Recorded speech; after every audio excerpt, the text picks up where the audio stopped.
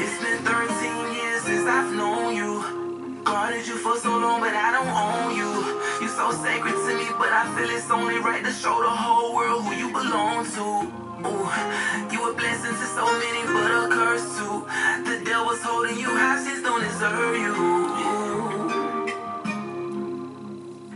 Yeah. Hey, we really living in them times where people yearn for you. Whenever they hit rock bottom, it's you who they run to. People really hate it when I bring you up in conversation, especially when I tell them about themselves. You ought to see they face. You a threat for real, but I love it though. I ain't got no chill. When I open up my mouth, they know what time it is. Too much of you, they be out of here. I remember when you found me. I was underwater at the time, drowning. I would use you to breathe air back in my lungs, gave my heart some electricity. Slowly but surely it started beating, I was pounding. I can't speak for others, I know what you did for me. You took them chains off, and you set me free. Hardest thing I think I had to do was cut off every single person who I felt was a burden to me. It's been 13 years since I've known you. Guarded you for so long, but I don't own you. You so sacred to me, but I feel it's only right to show the whole world who you belong to. Wait, I got more to say. When it comes to you, I incorporate you in every way. How I live my life, lead my children and my wife. I know for a fact that I was using me to demonstrate the image it created. From the beginning, looking at society. Damn, I know I'm winning. Breaking all these curses, who doing it, not too many. Going off the grid, we becoming self-sufficient. Listen, people gon' hate, but it's okay, that's how life go. Hearts waxing cold, which is why I be ISO. Focus on the fam, it's my only obligation. Everybody gotta work out their own salvation. I be laughing at the thought of every temptation. With you dwelling in my conscience, Satan tricks never face me. TRUTH is what your name is. As long as there's life on this earth, you gon' always be famous. It's been 13 years since I've known you. Guarded you for so long, but I don't own you. You so sacred to me, but I feel it's only right to show the whole world who you belong to. Ooh, you a blessing to so many, but a curse too. The devil's holding you hostage, don't deserve you.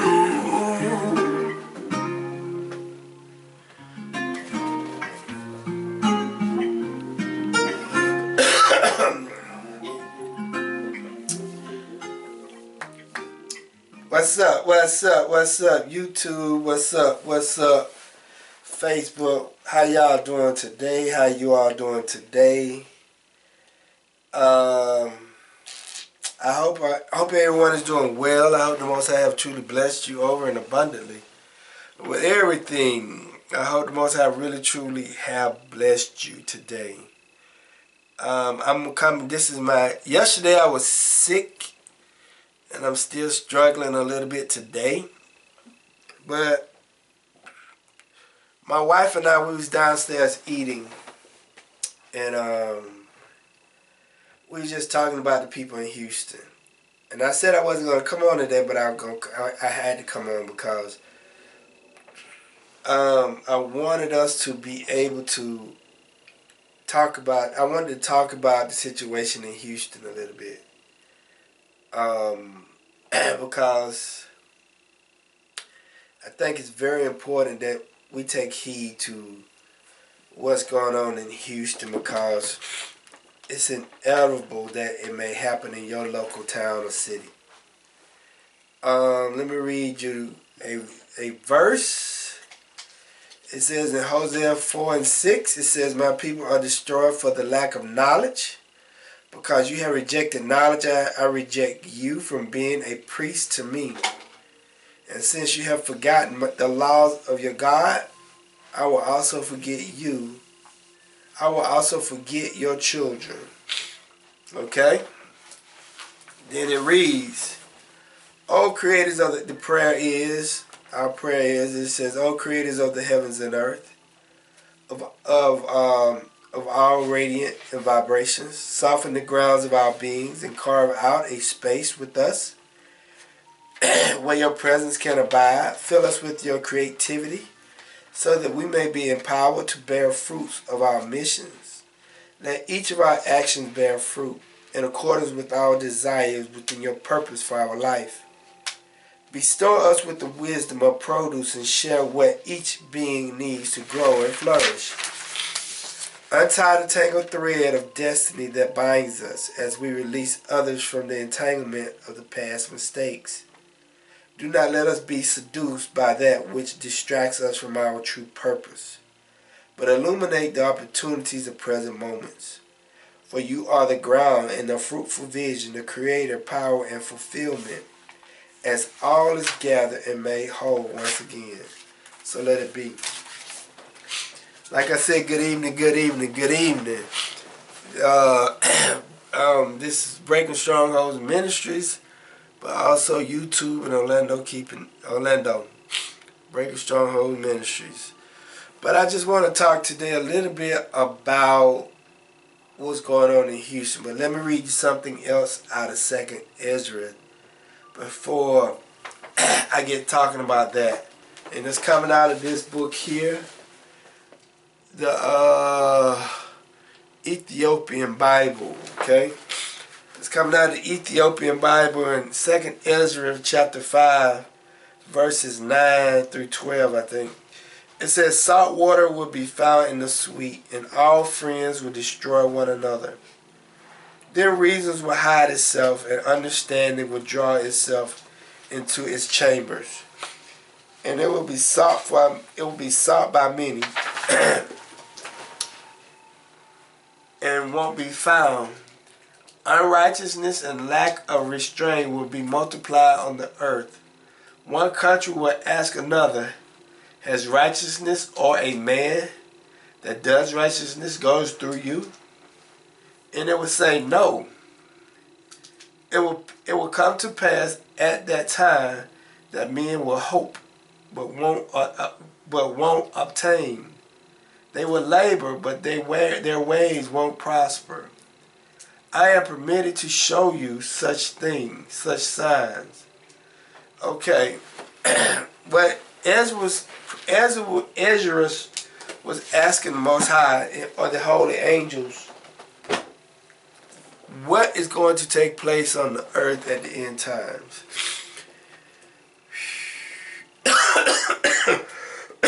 Excuse me. And if you see what's going on in Houston, it is somewhat like what's going to be going on at the end times. And my wife had a dream. Do you want me to tell them your dream, or you want me to tell them? That was when it was. Yeah, right. My wife said in one of her dreams that she saw me and her walking by ourselves with a backpack on our back, like it was nothing, right? As the world was in chaos.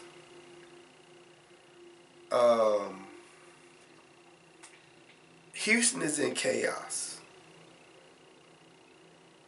You have power outages. You have food shortages. You probably have sicknesses. You have no cash with the ATM machines. You people don't have generators. And I don't know if everybody have protection.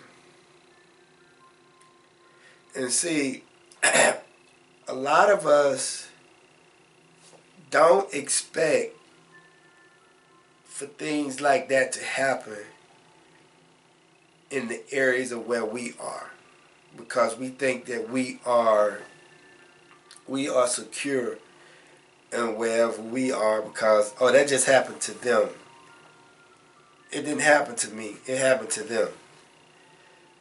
And what you're saying is, as long as it don't hit my doorstep, I'm not concerned about it. But as soon as it hit my doorstep, that's when I'll be concerned about it. But everybody don't have to learn through experiences. sometimes you can just learn through word of mouth. And I think that in situations like what we see in Houston, you shouldn't have to learn from that. You shouldn't have to think that Georgia, Tennessee, Alabama, Florida, Mississippi, wherever you are, you should never think that, oh, it won't happen to me. Because it's not that you're so great that you can't be touched. And we have to get out of that mindset. Because as soon as it hit us, or it hit us where we are, the first thing we're going to say is, oh, woe is me. How could the Lord allow this to happen? How could He allow this or that to happen? Why did He allow this to happen to me? But He's been preparing us for this for a long period of time. And see, I think that I was looking at one video. I'm going to go over a couple of videos my wife talked to me about. I was looking at one video and the lady was like, oh man, we've been out of power for 3 days. How long is this going to happen? How long are we going to be out of power for how long are we going to be out of power? In Houston, how long are we going to be out? Well, if you prepare for the worst case scenario, you wouldn't be worried about it. You would have got you a generator a long time ago. You would have had everything prepared in case a storm happens again. You would be prepared for that, and you would not be concerned, because I responded to her letter, her whatever she was on TikTok. I said, why didn't you prepare? That's what I told her. Why you didn't prepare? Because what that's doing is you putting your faith more in man and the government than on yourself. You're mad now because the government is not going to be responding the way you want them to respond.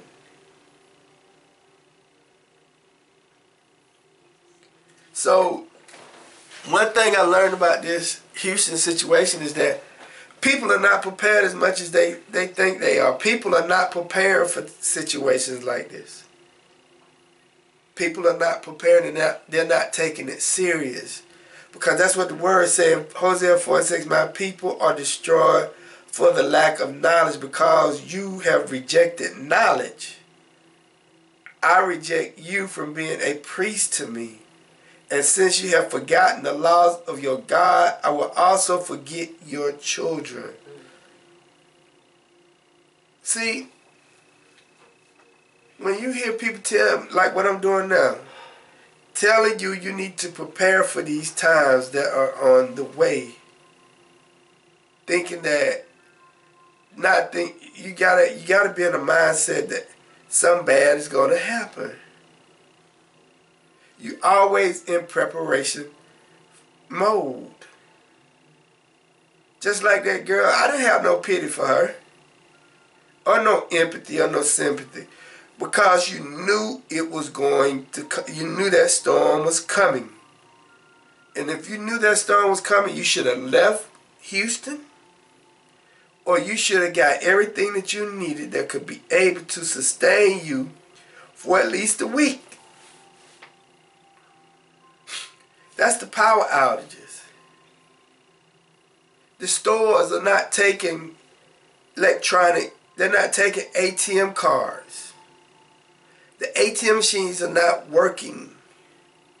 The only thing they're taking is cash. And if you don't have any cash on hand at all times, you're leaving yourself vulnerable. You're leaving yourself vulnerable to being affected. You gotta have cash on hand at all times. You cannot think that the system gonna always sustain itself, because you gotta remember, the Most High said He's gonna judge the nation. who afflicted the children of Israel. So you got to understand that the nations are getting ready to go through hardships. So if you're not preparing for that, by keeping a little cash in the house, if it ain't number $300 or $400, $50, $20, whatever, you gotta be able to, you gotta have something in the house that'll help you get something, get you some gas, get you some food, whatever it is. Because if you don't have it, you're gonna be in trouble. You know? You're gonna be in trouble. You gotta be able to have cash. And that's what I was seeing. That's what my wife was talking about. She said, she said that the ATM machine wasn't working, the stores was only taking cash. They don't have no power. That means no ATM machines are working. That means that if you don't have cash in the house, you're not gonna be able to get anything. You're not able to get no gas. You're not able to get no food. You're not able to do nothing. Because you've been relying on the electronic cars so much where you are vulnerable to the system. Okay, the second one. That's cash. Food. Food. Food. People, food is going bad. I can understand that. But after 3 days, yes, your food is going to go bad. But that's why you also got to have non-perishable items. Like canned goods, beans and rice. Things of that nature there. Things like that where it can help you to be able to sustain yourself until you're able to the power come back on. Now all you have prepared for and put into those freezers. Now you don't have nothing to keep it going. You don't have a generator, and I'm gonna talk about that in a minute. Now your food is going bad. You may not have no canned goods, no perishable item, rice and beans, things of that nature, canned goods, stuff like that. All your food is dependent on electricity. Yeah, it's gonna go bad. I saw a guy open up his freezer and water just dripping out the freezer and water all on the floor. Said my food is going bad. Now imagine if the power stay out for a whole week or so. 2 weeks, that food gone. Do you have more food? Do you have perishable items? This is something we need to think about. This is something we need to think about because Houston and Dallas got hit quite a few times in the last couple of years to show us what we need to be doing. And because we think that it's not going to hit us, we don't prepare for it because, oh, that's them. So we have to look at these things as a learning lesson. Okay? Generator. Lady had a generator. My wife said the lady had a generator. She said she had all the gas cans on the back porch stacked up. She had all the gas cans on the back porch stacked up. She had everything going. She had her stuff ready. She was ready. She was prepared. She had her stuff on the back porch prepared. But it was a gas generator. And I was talking to my wife, because my wife said, well, the lady had everything stacked up. The lady had this and the lady had that. And she said, the neighbor heard the generator and came over there to her and asked her, can we get some power from your generator? And I said, baby, what did you get from that? And she's like, huh? I said, what did you get from that? She said, I didn't think about it. And the lady was prepared, but she had a gas generator to let everybody in the neighborhood know what she had. She let everybody in the community know, yes, I got a gas generator that is generating my whole house. That makes her vulnerable to be victimized. Because she's got a gas generator, it's making noise and all this stuff. But she was able to send over a drop cord to help the neighbor. But suppose you're in a all chaotic state. You're in a chaotic state where it's just madhouse going on. And you got a generator going. What you think? How you think people going to act? They know you got power. And they need power because they may be on a ventilator machine. They may be on what you call the thing when you go once, twice a week? They may be on dialysis machine at night. You don't know what type of machines, what kind of stuff these people may be on at night. And this lady's running this generator, making her vulnerable to the situation. So the neighbor came out and said, let me use some of that generator. And the lady gave it to her, but she probably didn't have a choice. She probably didn't have a choice. They were just being nice by asking.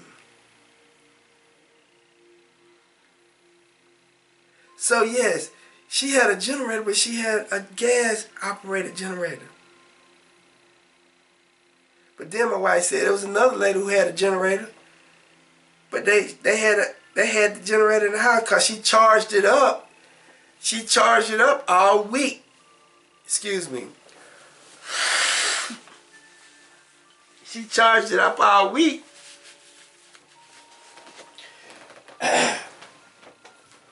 She charged it up all week. So, because she was prepared too. So one had a power generator and another one had a solar generator.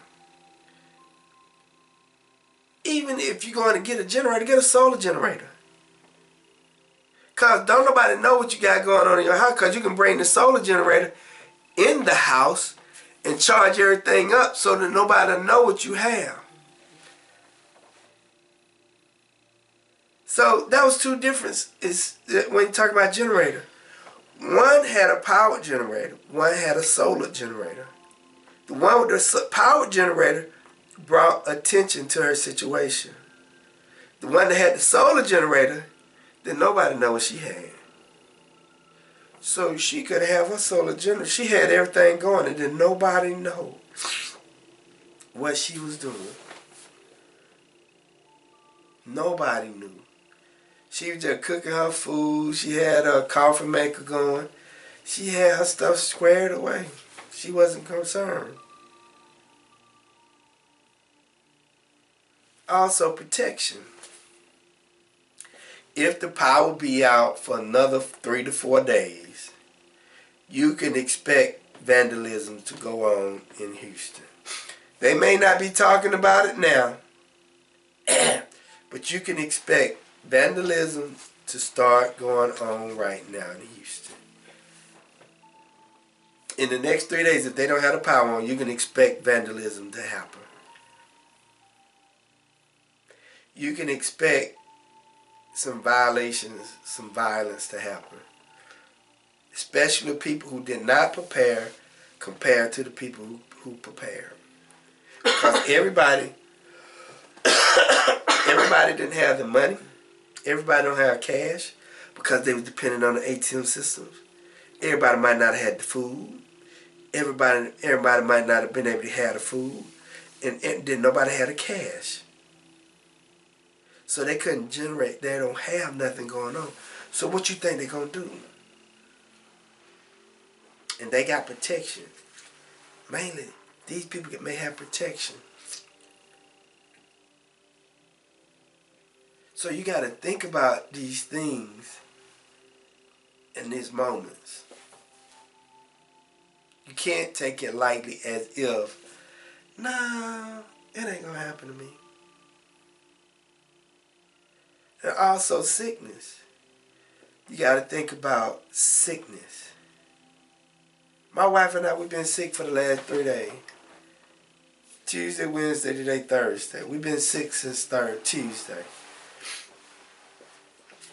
I don't know if I'm getting over it or if it's still maintaining this course. I've been running a fever of 100, 101, all the way down to 90, 98.4. 102. 102 temp.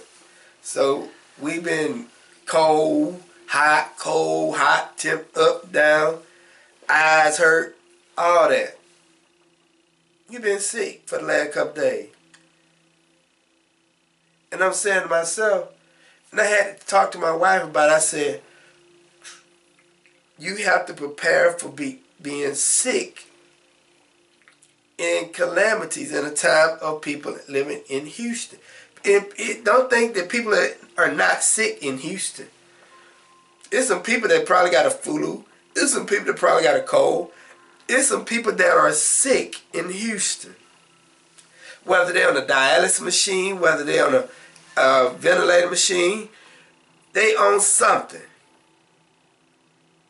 And you got to prepare for that sickness.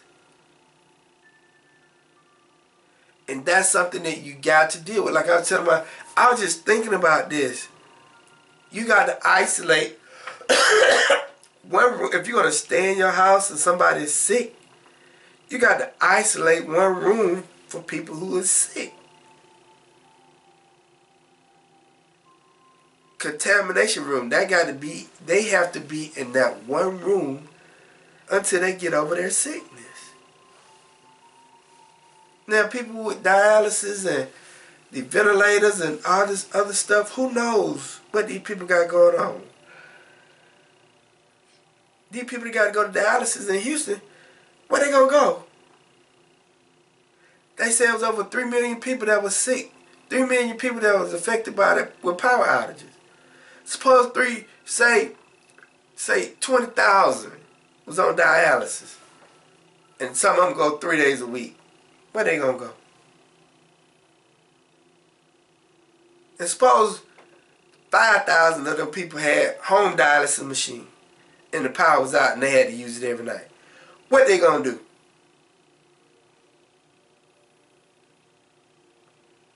That's why we can't take things we cannot act as if it's not going to happen to us. We can't act as if, oh, that's in Houston, it won't affect me. I heard some people in Houston didn't leave because they didn't think it was going to be bad. So now what you think their mindset is now? I should have left. So, I'm not going to stay on long because I'm not. It's just 30 minutes, 35 minutes because I don't want to lose your attention. But I just want to say this right here to you. Don't think that what happened in Houston can only happen in Houston.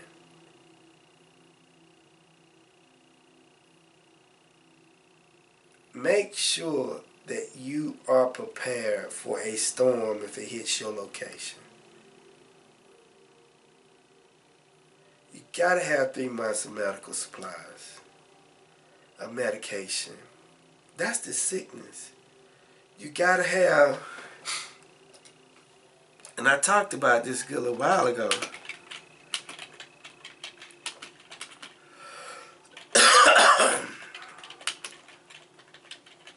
You gotta have at least 3 months of medical supplies. 3 months. If you on high blood pressure medication, you gotta have 3 months of medical supply. If you don't You gotta have protection. And I've been talking about protection for the last 2 weeks. If you don't have pepper spray, you gotta have a knife. If you don't have a knife, you gotta have a weapon that shoot bullets. You gotta have some type of form of protection, because the simple fact is the people in Houston don't know how long that power gonna be out. So the people in Houston don't know how long the power gonna be out. And understand that people may vandalize, start doing some vandalisms, some RAPE. We don't know what may happen in this time of vulnerability to those who are single, those who with kids and single with no male protection. We don't know what's gonna happen. You gotta have food. Not just food that goes in the refrigerator. You gotta have canned goods. You gotta have non-perishable items like rice and beans. You gotta have something that can be able to have shelf life to it. So even if your food did go bad, you're not worried too bad, because you can be able to you can be able to cook you some food on the stove. If you got an electric stove, if you have an electric stove, let me tell you this: if you're living in an apartment and you got an electric stove, you need to go to Walmart, Academy Sports, any major camping store around you, and go get your camping stove and get you some propane tanks. Because if you got a camping stove and you got some propane tanks, look, small green cylinders. Maybe I'll do a lesson on. I'll talk about that next week. If you're living in an apartment and you got electricity and you can't have a grill in there, say hypothetically you can't have a grill, you need to go get your camping stove with some green small propane tanks so you can be able to cook your food. Because you got to understand, the power out, that means that they ain't got water. The water's not any good. Understand that. It means that the purification is not good. Understand that. So if the electricity out, that means the people can't cook unless they cooking on a grill. Then imagine the people who live in an apartment don't have a grill. So how do you people gonna eat if they don't have no cash and they ain't got no food? So think about these things. Don't take it so lightly that it's not going to happen to you. Because do you see how just electricity being out, people can't cook? Water. That means if you don't have no water, you can't purify nothing. You don't have no electricity, you can't purify water. You can't get no heat, you can't get no AC, you can't do that. Then if you don't have no camping stove with no propane, that means that you can't boil no water to bathe with. So understand all of this. And then cash. You always need cash in your home. You gotta have at least a minimum of $100 in your house. You gotta have at least a minimum of $100 in your house. That means if you gotta hurry up and leave, at least you can go get you some gas and grab you a couple of cans of canned goods. And power. You gotta have some source of power. You got to. I heard people are sleeping in their cars at night so that they can sleep in the AC because it's so hot down there. You got to think, people. We got to think. Because I'm finna get ready to close. I'm asking you to take it serious. And I'm gonna say this to you.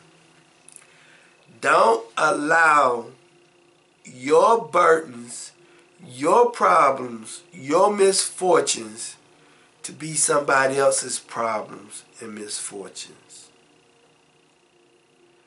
If you know that you need to prepare and stock up, you need to do it. You cannot continue to allow your problems, your burdens to be on somebody else's responsibilities. Because I'm going to tell you, ain't nobody coming to my house. And I'm not saying I'm totally prepared. But if I haven't trained with you, I haven't did no camping stuff with you, if I haven't did nothing with you, don't think that you can come to my house and be a burden to me. Nobody's going to be a tick on me. If you want to know how to do things, I can set up classes. I can get together with groups of people. I can take you to the park. I can take you to wherever you want to go. And we can go out here and we can demonstrate stuff. I can show you what you need and what you don't need. And I can help you be prepared for what's to come. But don't think that if you haven't never trained with me, you have never did anything with me when it comes down to survival, that you're going to be a tick on me. And that's the way you should feel. You don't want your burdens to be somebody else's burdens.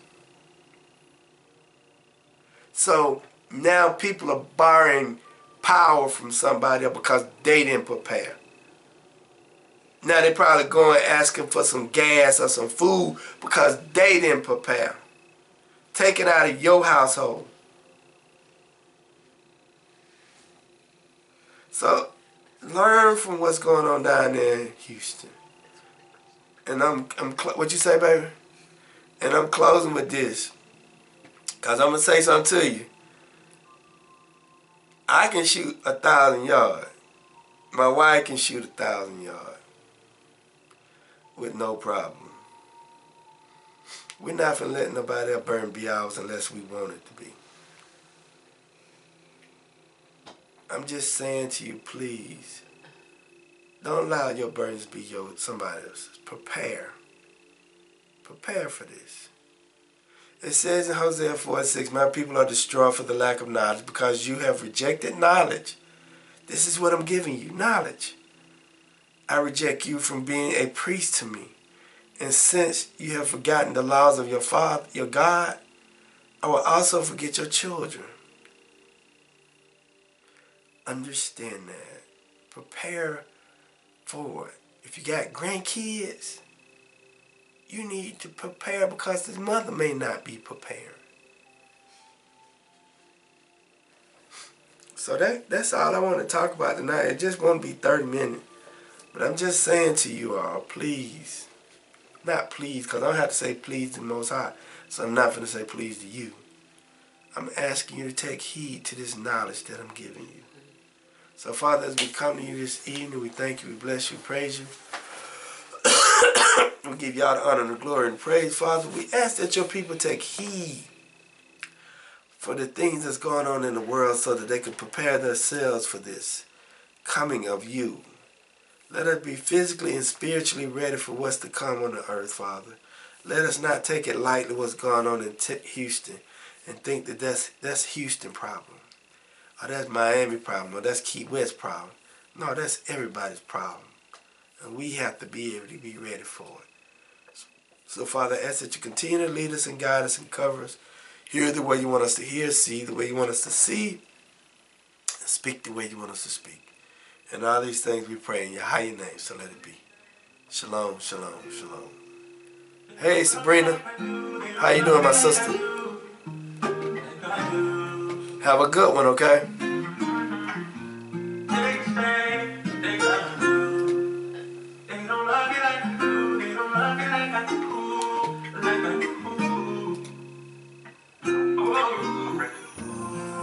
It's been 13 years since I've known you. Guarded you for so long, but I don't own you. You so sacred to me, but I feel it's only right to show the whole world who you belong to. Ooh, you a blessing to so many, but a curse too. The devil's holding you hostage, don't deserve you.